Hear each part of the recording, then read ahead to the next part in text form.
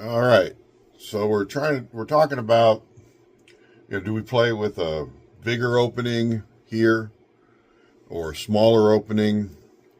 And I think from everything that I've gathered, it comes down to how you form the embouchure ahead of time, at least as much as what's going on in here while we're playing.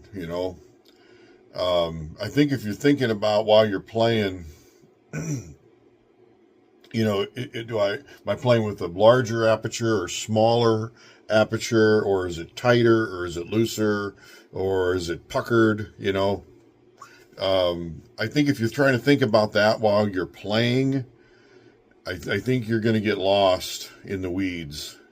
At that point, I think the trick is to form the embouchure properly as you're putting the mouthpiece to your lips, and then learning, to just use the mechanics of blowing and just forget about, if you can get to the point where you're forgetting about what's going here, and you can just, if it feels right, if it feels good and it sounds good, then you're going to be okay. So what I have here, this is supposed to be your mouthpiece as you're looking at it, okay?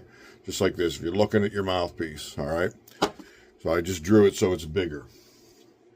And so what I have come to believe is that you want to have, and none of this is my idea. This is not my idea. This is not my teaching. This is what I picked up.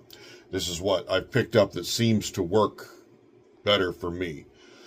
So what you're looking to do is your lips actually should be touching.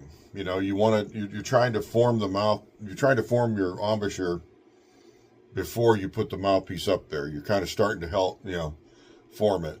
And then we'll get to that, but